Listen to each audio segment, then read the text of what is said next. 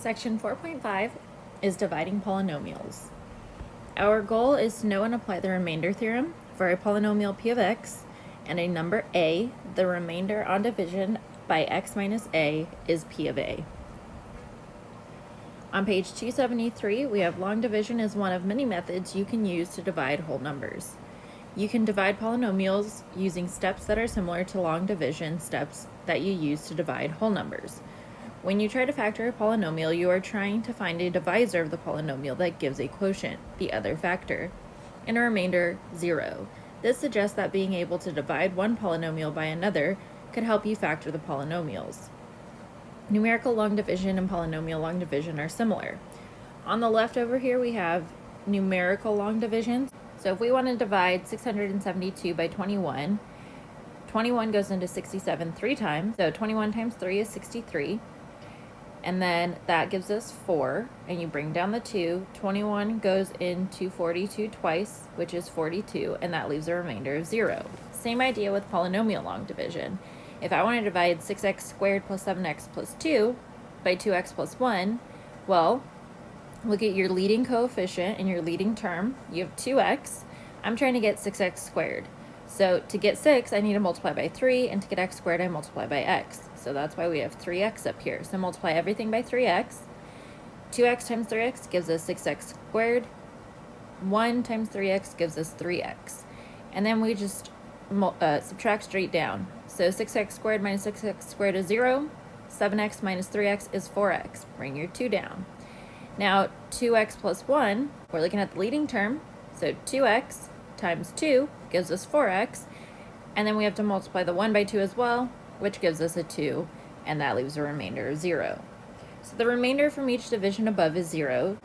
So 21 is a factor of 672, and 2x plus 1 is a factor of 6x squared plus 7x plus 2. In example 1, it says use polynomial long division to divide 4x squared plus 23x minus 16 by x plus 5. What is the quotient and remainder? To start our long division, we want to look at our leading term. Outside, we have an x, and we're trying to make that look like 4x squared. So if you divide 4x squared by x, you're left with 4x, which means 4x times x gives us 4x squared, and then we multiply 4x times 5, that gives us plus 20x. Now we're going to be subtracting every time, so 4x squared minus 4x squared is 0. 23x minus 20x, because we're subtracting positive 20, that gives us 3x, and then bring your minus 16 down.